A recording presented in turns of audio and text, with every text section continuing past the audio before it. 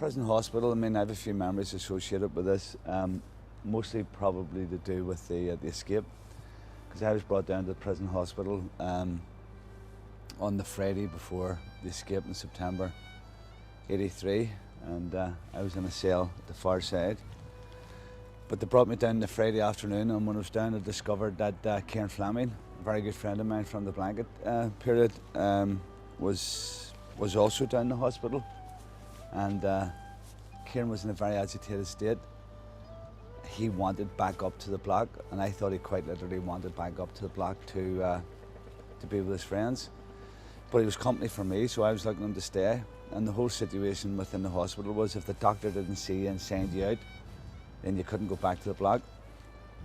So he was constantly making a major issue of needing to see the doctor. And Saturday came and he couldn't see the doctor, and by coincidence the doctor came in on the Saturday night and saw Kieran and said to him it was okay to go back to the block. And what I didn't know at the time was that Kieran was on the escape, and the escape went on Sunday afternoon, and that's why I was wanting back to the block. So I was sorry to see him go, but I was glad to hear that he escaped. And Kieran was shot dead by the SAS. An IRA operation about 11 months later. Him and a lad from South Derry, Michael Culbert. And then also then on the Sunday off the escape, this is where a lot of the action was, because when men were recaptured by the British Army or whoever, they were brought down here and held here. And I was looking out the window, and there was a fella, he was basically naked, stripped naked, and dragged by the feet right along this, right along there. The brutality of it was ferocious. There's nothing I could do, I was just looking out the cell window, looking at it. But there are a couple of memories associated with the prison hospital.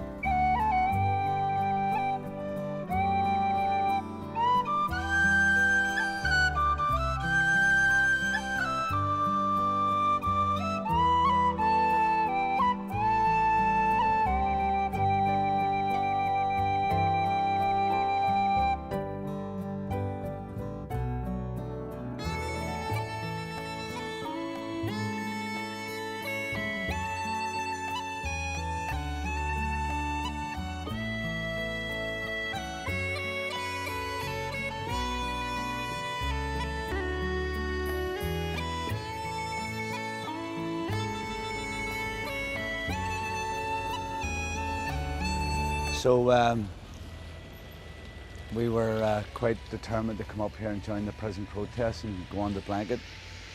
It wasn't a pleasant thought, but we were political prisoners, so that's what we're coming up to do. Unfortunately, when we come up into the reception area, one of the fellas decided not to come up with us. It was a bit disappointing. I'd left two of us, and they put us in small cubicles, either there or there.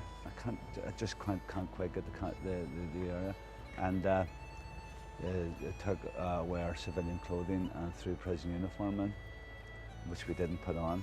And then they subsequently, the crowd of them come in and beat us up individually in the cells.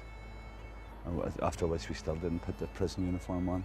We were then pulled out and put in the back of a wagon or a van, naked, and dragged up to the H block, H5. Give us a pair of trousers, and I had to say I put the trousers on then, because the fella reminded me that we're supposed to put the trousers on. We put the trousers on and then went into the circle area in H5. So it was December 14, 1979, when and reception was also the area they took you to when you were going out to court. So in January 1980, I was took back down to there and went through the same fucking process to go out to court for to appeal my case, my conviction. So that was repeated again within a few months. So the building, if you have a look at it, it reflects what was inside it. It's a very foreboding, very utilitarian place, and they also forced bath you down there. When I was took down to go to the court, they took you down, they held you overnight, and then the next morning they quite literally stripped you naked and put you in the bath and washed you.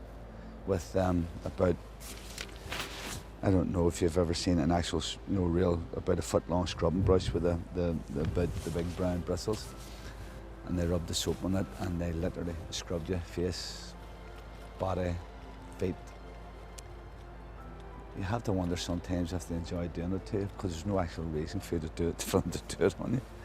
They weren't worried if you were clean or not, and they had this obligation to Her Majesty for you to be clean going to her court. If we go here, I could show you just a wee bit about when we were on the blanket. I mean, you can see how the windows were, but you didn't have glass in the windows during the blanket period. You just had the window frames, and inside are concrete bars. And communication was either verbal, or you could cut up your blanket into little strips and swing stuff from one window to another window. And that's how we communicated, sort of, and give little things like little drops of tobacco, or if you had a piece of writing, or a piece of paper, or if you managed to steal a newspaper from the screw's office, then that's how you move stuff.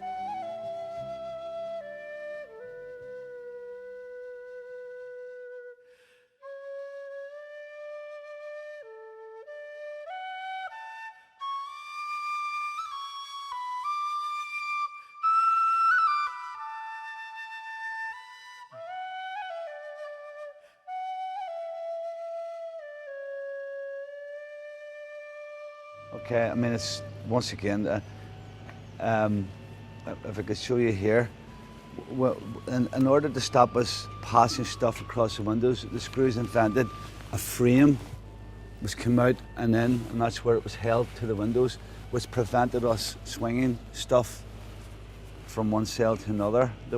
But it also blocked our daylight, so we were deprived of daylight. Although what it did do, because there was no glass in the windows, it stopped the winds blowing in, because the abiding memory I have of the hitch blocks and the blanket and stuff was it was so cold. I mean, concrete never heats, even in the summer. The prisons had the heat on during the winter, but the heating was off during the summer. But summer didn't necessarily mean warm. And then you're in the concrete cell on the blanket, naked. So it was always cold, your feet were always cold.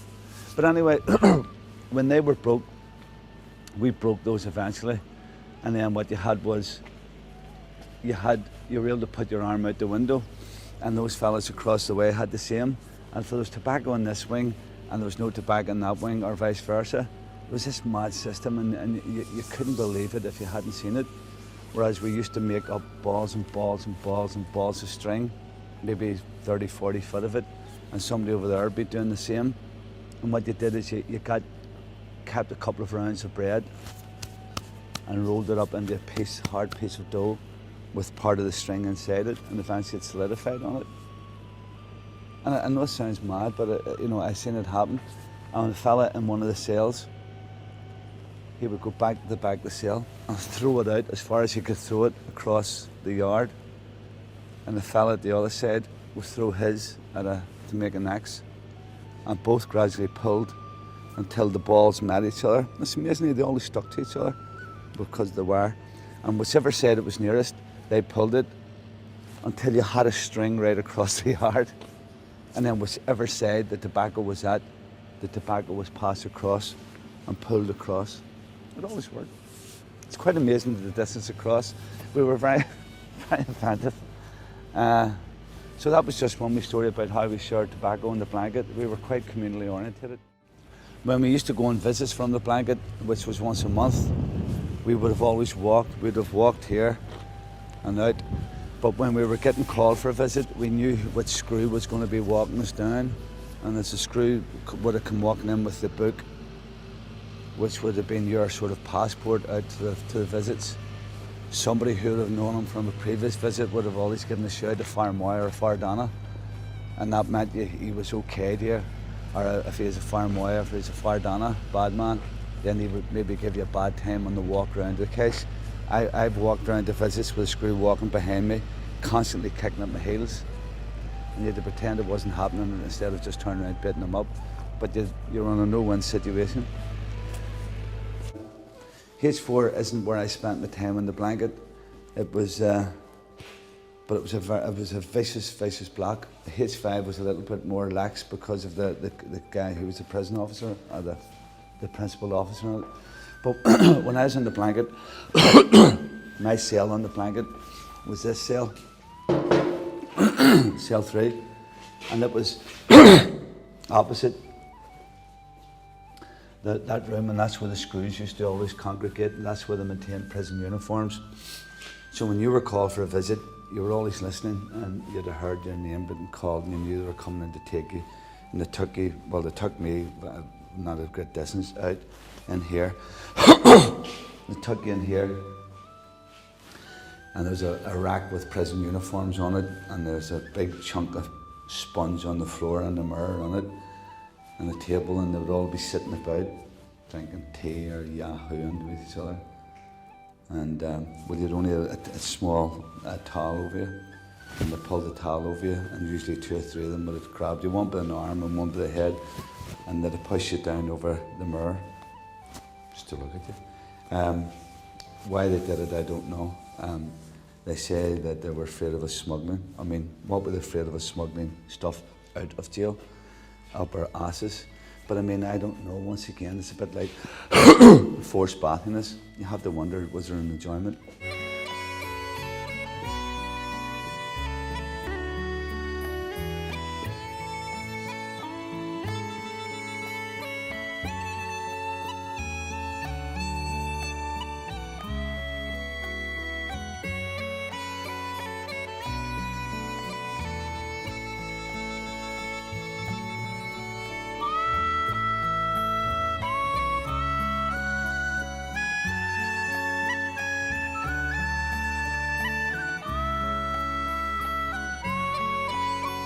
Well, I mean, this has all changed from I wasn't in this cell, but I was in the equivalent of this cell.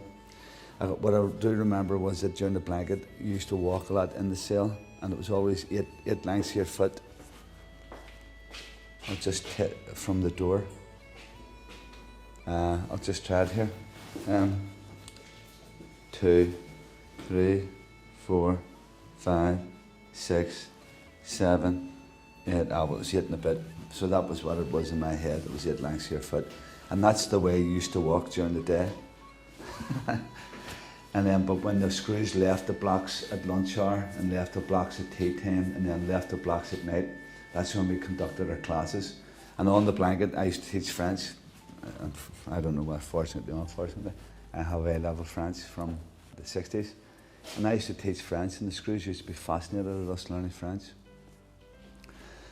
But that's neither here nor there. And then, of course, I was learning Irish, and 2 cells down from me would have been that big lad, Kieran Fleming, who eventually went and escaped. Lovely big young fella from Derry, nice big lad. And he taught me Irish out the window. So that's where we spent our time in behind the doors. And it's mad the things that happened. I remember one day the screws came down, and what they used to do is they'd have worked their way down that way. A screw would have come down, opened the door, and walked on. And then down behind him, there was another screw coming with a trolley, pushing a trolley, and there'd been Nordley with him. So as this guy would open the door, pulled it open and walked down, the other guys would come behind him, and they'd just do the grubbing. And then another screw came behind the trolley, and he just banged the doors closed. So the door would open, and I'd have took my grub. So I was up one day at the door, and took me and my cellmate Frankie's dinner, took the dinner, and I looked at the screw, and I was at school with a screw. He's me, fuck this, Mickey. So I didn't. But he said nothing, did nothing. At my dinner, and about a week or 2 weeks later, I was called out on a visit, and who was the screw at the top of the wing, going down to the visit with me. And I said nothing to him. I was walking down, and he eventually said to me, "What the fuck are you doing here?" He was walking behind me, so all the screws couldn't see him talking to me. And I'm walking down and I said to him, "What the fuck are you doing here?" "Oh," he says, "I was working in the bar and made redundant, you know." And I says, "You fucking degrade yourself, you're a screw." He says, "What the fuck are you doing here?" I says, "Well, there you are now, that's life, how it turns around." But he and I were school together and he wasn't a bad fella, and I knew his cousin very well. But I was absolutely astounded that he had joined the prison service. And eventually when the escape happened, he was one of the screws on duty that day, and apparently the all reports, he was a very vicious fella. And there he was from West Belfast, right with the rest of us. So that's just a wee thing.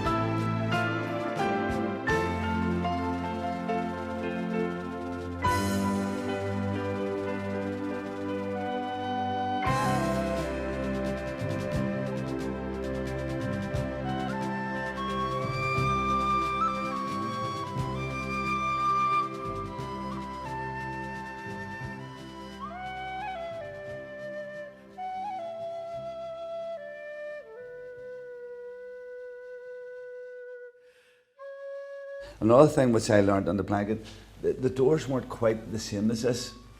It didn't have that metal frame when I was here, because you could see out the sides, and that was how you were able to view, because the fellas on that side were able to see up the wing and see if there's a screw about, and on this side of the wing we could look out here and see if there's a screw about. And at nights what we used to do was, our blankets, you were able to pull out the ends of it, and you had thread, which I had told about earlier. And when you went to mass on a Sunday, you put the jail trousers on. You always stole the buttons off the top of the trousers. So if you had a button and a bit of thread, and what you used to do here was you used to put the button here, and either him or him, and you kicked or smacked the button, and it went out across the floor, because there's a little space at the bottom of the door. And once again, he'd have done the same and crossed, and maybe a fella, maybe 4 cells down the wing, and he would have been looking out and he'd have seen which side was nearest. Whichever side was nearest, they'd have pulled the buttons, and then what you had then was a string across, and whoever had the tobacco tied the tobacco to it, and then it went across, and then once tobacco was at that side of the wing, it was spread among the cells. I mean, it's quite it was just survival, and it was things to do and stuff like that. And that was it. We used to smuggle little bits of pens in, and when you were learning your Irish, this side of the wall, the walls were covered with excrement.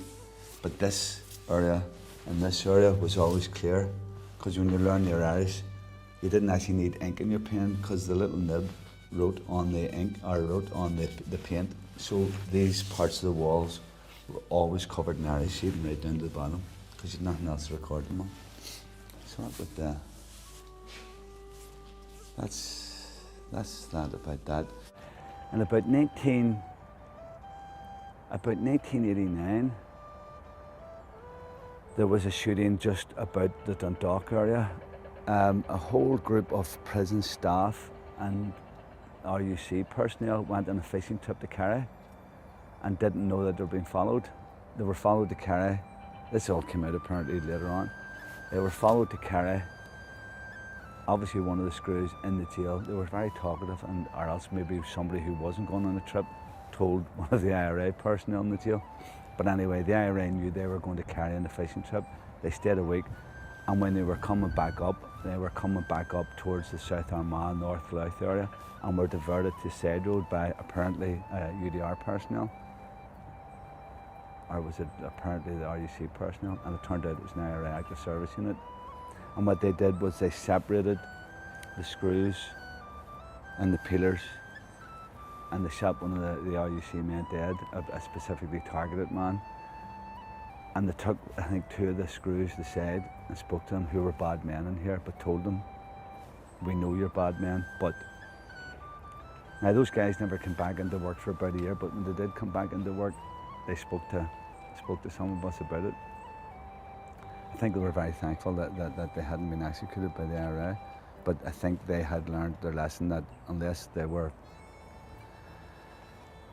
held to be brutalising the Republican prisoners, then if they stopped it and put the word out, then they would be okay. And that really put an end to the brutalisation in the jail. So those fellas learned their lesson in the back of that minibus coming back from Kerry. But that's a factual thing. It's recorded. It's a historical event. About 89.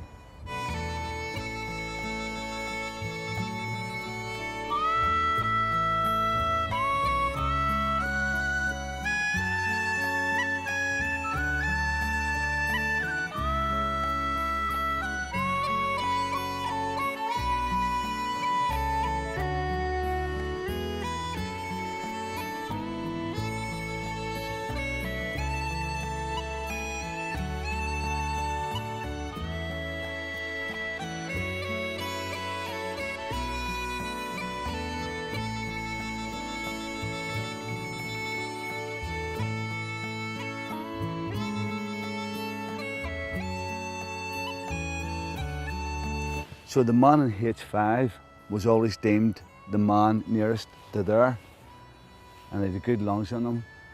And what he did was he used to give a count of 3, and all the men along that side of the block would have been at the windows, and they'd shouted, H6. And then they maybe done it a couple of times, and then they heard the call back, H5. And then H5 would have shouted, they would have collected their knowledge or information over there. The man in H6 would have had it, and then he'd have relayed it to 5, and then 5 would have relayed all our information to there. And the only noise interfering was what you can hear at the moment if you listen. The M1, the traffic, right? And the other bad memory that I have of here is that at night, when the quiet of the night, you'd have heard the horns, you know, the big lorries. Quite a lot of people in here had relatives who were lorry drivers, and they must have put the word out. And the number of people at night passing here would have been tooting the horn, you'd have heard them. It was, you know, it was nice. I never, till up to including today, I would never drive past the Kesh without tooting the horn. But this here was a very forbidden sort of walk. When you come out of your blocks, we walked to our visits. So you didn't have these trees didn't exist in those days. And what you had was the clear sight right down, just the grey. In the winter it was a fierce cold place, this. And then what you'd have is maybe fellas walking this way or walking that way to the visits, and the screws with them. And sometimes from a distance you could see the screws kicking the heels of fellas. There was one day I was out in a visit when I was up in H7, and I met Raymond McCreish, and Raymond McCreish wasn't able to walk because he had never taken visits, and he's walking because of the boots on his feet were immediately killing him. You can see the bit of the straight here now. So I mean, there's very little sound around the H blocks, and during the day there was just screws walking about or us walking to a visit, and that was our exercise. Once a month you'd get out and walk from there down the length of the block, and the visiting area was down the back. But I was walking down the street one day and I saw a priest coming walking up towards me. And the way it used to be, you'd have been walking, and about 3 or 4 foot behind you would have been a screw walking. You wouldn't have been talking to him. And as the priest came towards us, I recognised him. And as there was nobody else, I mean, there was literally no one else in the vicinity. And as I was walking towards him to come in about that body distance apart, you know, to say hello, he said hello to the screw. He just ignored me. And boy, I really took offence at that. And every time I see him, because he's still a priest in the Falls Road, I feel like saying to him, but I just have never actually said to him about it. He acknowledged the screw and not me. That was mad.